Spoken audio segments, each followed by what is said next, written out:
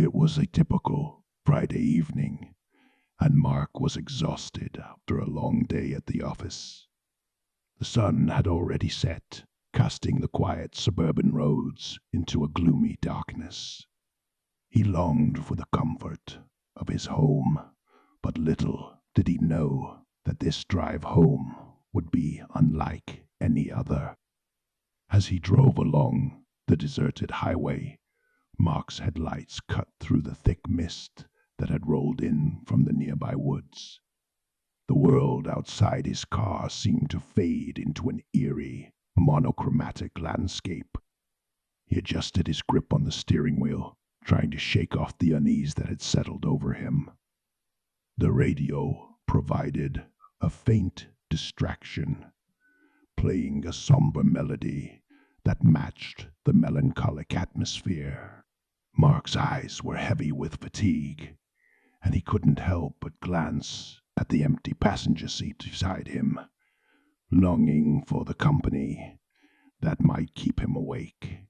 As he rounded a bend in the road, Mark's heart skipped a beat. There, on the shoulder, stood a lone figure, a young woman with disheveled hair and torn clothing. Her outstretched thumb signaled that she was a hitchhiker in need of a ride. Mark hesitated, his rational mind urging him to keep driving. He had heard too many cautionary tales about the dangers of picking up strangers on desolate roads. But the compassionate side of him won out, and he pulled over to offer the woman a ride. The moment she entered his car, Mark sensed that something was amiss. Her presence was chilling, and her eyes held a distant, haunted look. She introduced herself as Emily and explained that she was trying to get home after her car had broken down nearby. Despite his unease, Mark engaged in polite conversation with Emily, trying to put her at ease. She spoke in a soft, trembling voice, her words filled with a sense of urgency. She mentioned that she lived in a nearby town, which was also Mark's destination, and he agreed to take her there. As they continued down the dimly lit road, Mark couldn't help but feel a growing sense of dread. Emily's story had inconsistencies, and he couldn't shake the feeling that something was terribly wrong. He decided to make casual conversation, hoping to learn more about her. "So, Emily, what do you do for a living?" Mark asked, trying to break the tension. Emily's eyes darted to the rearview mirror, her gaze distant as she replied, "I used to be a nurse. But now, I just help people in my own way." Mark couldn't help but notice that Emily seemed to avoid looking directly at him, as if she were hiding something. He also realized that the mist outside had grown thicker, obscuring his view of the road ahead. Suddenly, Emily's demeanor changed.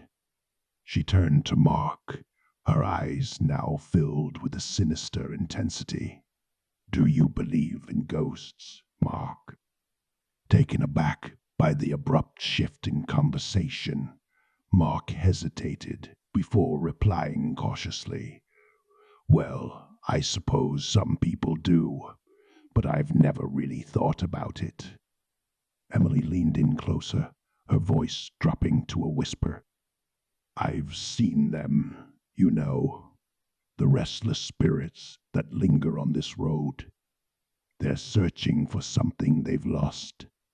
Mark's heart began to race as he realized the implications of her words. He glanced at the mist-shrouded road, now feeling trapped in a nightmare of his own making. "Why are you telling me this?" he asked, his voice trembling. Emily's lips curled into a malevolent smile. "Because, Mark, you're going to help me find what I've lost."